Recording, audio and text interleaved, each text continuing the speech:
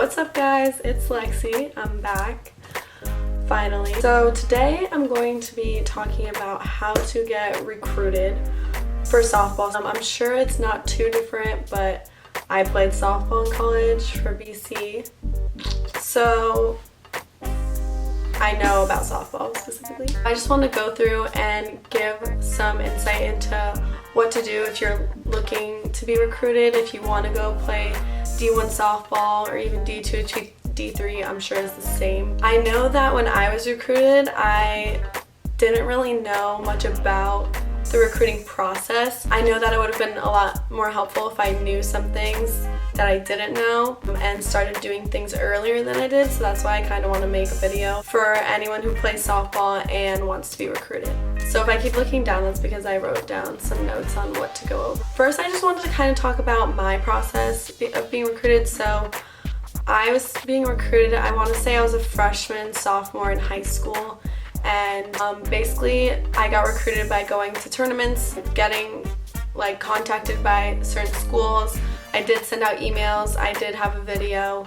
A lot of the schools that I did talk to, which were ACC, SEC schools, they did end up already having the class of 2015 completely done. So I would reach out to a school like Alabama and he would say something like, oh, I wish I had room for you, but 2015 is already filled. So that's one of the big problems with softball nowadays, is that they recruit so early that spots are they're done with my class when I'm already a freshman, sophomore in high school, which is super crazy. I think they really need to change how early they decide to commit people, but I don't know, I guess that's just how it is and how it continues to be younger and younger. But I don't know how you can know the level someone can play at if you're recruiting them in the 8th grade, which is absurd to me. But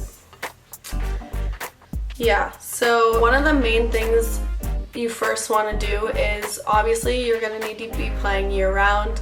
Hopefully if you're watching this, maybe you already do that. You want to make sure that you're on a really good travel team. That is one of the main things that is really important to be seen and recruited by college coaches, because if you're on the best of the best, they're going to be watching that team, they're going to come to see you play, and so it's more likely that you're going to be seen by these big D1 schools. So I personally was on the Diamond Dusters, which was a West Pines team in Florida, and then I decided to leave and go to the Gold Coast Hurricanes, which is a pretty big team here in Florida. I played with Marty Cooper because I knew that that team would go to good tournaments, and I knew that Marty was well known and that coaches would come to watch our games. So I made that move specifically because I knew I needed to do that to be seen by more college coaches. I played high school ball, I played travel ball, and that basically is playing the whole year, which is super important, because if you're not playing, you're going to be losing steps to being seen or getting better, improving.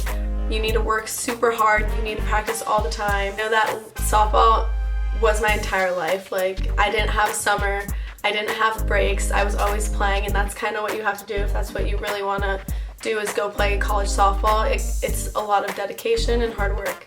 Another really important thing is tournaments that you go to. I've been out of the loop for about 4 years since I just graduated from BC, so I'm not sure if all the tournaments are the same or if there's new ones or different ones, but a few of the tournaments that I know that were very big tournaments that a lot of coaches go to recruit at were PGF National in California in Huntington Beach area, Diamond 9, which is in Florida, I believe. Any of those big tournaments are super important. You can definitely look up tournaments and see what college coaches are supposed to be there and be watching. That's really how you get seen, not so much high school as it is for maybe some other sports, but travel ball is really what's gonna have you seen by college coaches and get recruited. So that's super important. The next thing you would want to do is definitely have a highlight video. That's super important because you're not gonna reach all the coaches that you want by just going to travel ball tournaments. If there's certain schools that you're interested, you're going to need to make a video and you're going to have to reach out to them. I highly recommend you emailing all the schools that you're interested in and sending them your highlight video.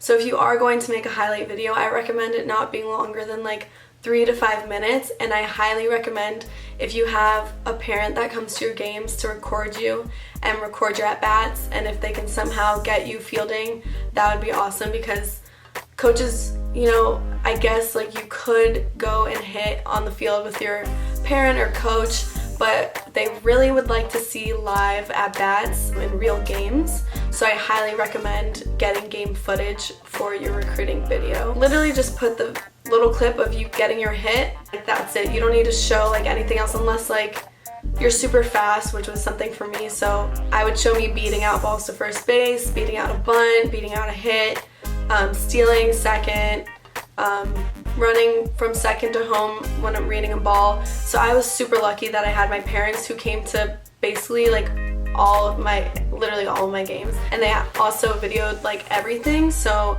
I was lucky enough to have them so that I could put together this highlight video of me with all my hits, bunts, steals, and then a couple of plays in the field that's a little bit harder to get. But yeah, so you want to send out emails to the coaches you're interested in. Make sure, it's super important that you're not just making one email and then like copy and pasting it and sending it to like every coach.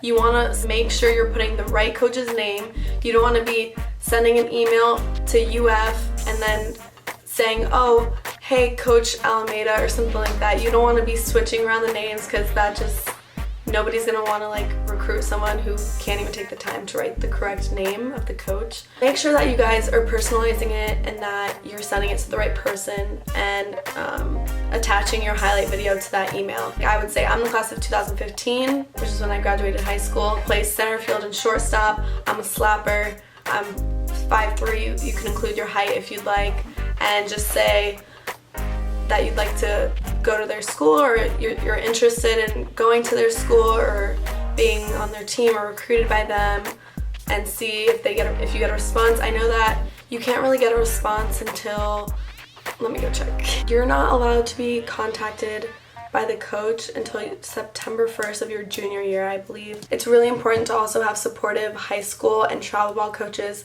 who are like working to help you get recruited, so that you can like talk to them through the coaches. So if a coach is interested in you as a player, they can speak to your high school coach, or they can speak to your travel ball coach to let them know that they're interested and to contact them. Maybe send them an email, send them your highlight video, and then talk to them when you're allowed to talk to them. So I am a little rough on those rules because it's been 4 years, but definitely check in to make sure you know when the coaches can contact you and things like that. But I think it's September 1st of your junior year. So you want to make sure, even though that's the first time like you can contact and they can contact you back, you want to make sure that you're sending emails way before then. Probably start freshman year, 8th grade even. You need to start super early because they start committing people super early nowadays. Another thing that is very helpful, which I did myself, is going to camp. Camps are a huge thing that I think is really an easy way to be seen by college coaches, and you can get a little more personal because instead of you're just playing travel ball and they're behind the fence watching you can work with these people. You can work with the coaches, assistant coaches, and stuff like that. I went to camps like UF camp, I went to Auburn's camp.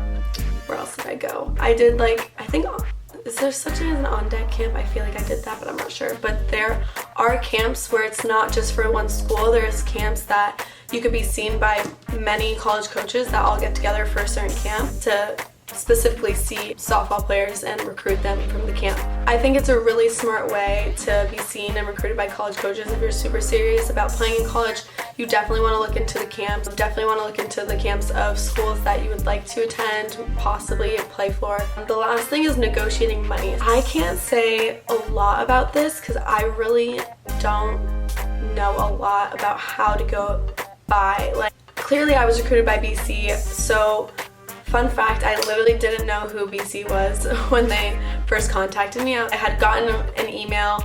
I think she had said that she had seen me play in the Colorado Sparkler or something like that. I think that tournament. I was like, who's BC? Like, I don't know who that is. It's hilarious, but like, you know, little high school me has no clue. ACC school contacts me and I don't even know who they are, but it's fine. I was being recruited by FIU, FSU, Auburn, BC, and then 2 smaller schools, LIU, like Long Island, and California is like Pacific Coast University maybe. I originally really wanted to go to FSU, like that's where I was really set on, but Then I went to BC, and I don't know, I was just really thinking about it, and I was like, BC would be a lot better for my education, for educational purpose. To be completely honest, I don't think I would have gotten into BC, or I know I wouldn't have gotten into BC without a scholarship for softball. I was kind of using softball to my advantage to be able to get into like this amazing school that I couldn't otherwise, just because I wasn't so focused on school as other students could be. I was more so like I had to focus on school and sports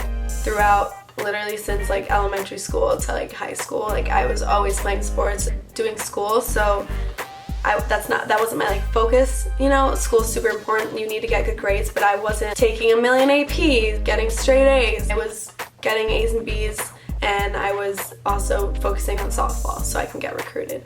Anyways, I ended up picking to go with BC, and I literally did not negotiate at all. I just took the offer that was given to me, and when me and my mom were looking back at it, we were like, we definitely could have negotiated and probably got a little bit more money, and obviously any little bit like helps and counts. I'm just glad that my mom didn't have to pay for like the whole tuition, you know, at BC. I obviously had a scholarship, so it was important that like my parents didn't have to pay for my whole education, even though they still had to pay a lot since BC is stupid expensive. I definitely think I could have negotiated, and I think they wanted me bad enough that I could have gotten a little bit more money. We knew nothing about it, so we didn't know how to go about it. We didn't know to ask.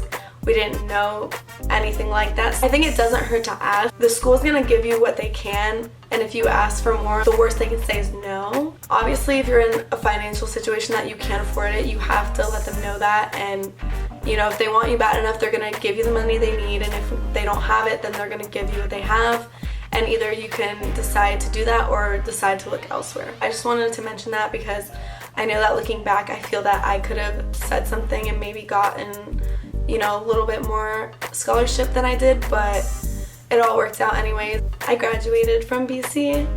I'm an alumni now, so I just want to take this time to make this little video because I know that I had some idea of what I was doing, but me and my mom really were just like going off of what we thought, kind of, and what we heard from camps and things like that. But you know, you don't really get the full, I don't know, process from anyone, and it could be kind of difficult. I definitely was late to the party. I talked to a lot of college coaches that said they were interested in me, but they had already fulfilled their class of 2015, and I was like, damn, like I could have went there, but like I was too late kind of thing. Like coaches didn't see me until too late, so you know, I'm always like, what could have been, but you know, I think everything happens for a reason. I was exactly where I was supposed to be. I'm so thankful and grateful for that.